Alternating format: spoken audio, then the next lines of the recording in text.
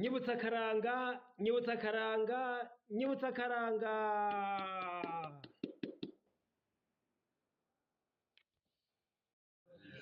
Ku rugomero ntihaba amajambo menshi. Umuntu yashitse ku rugomero rero baramwuhagira. Ushitse ku rugomero bitubwiye ushitse kwibanga rikuru.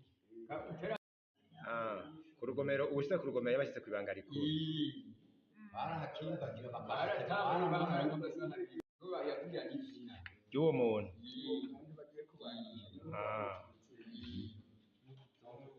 Hari bari mu gitondo cane. Mwijuru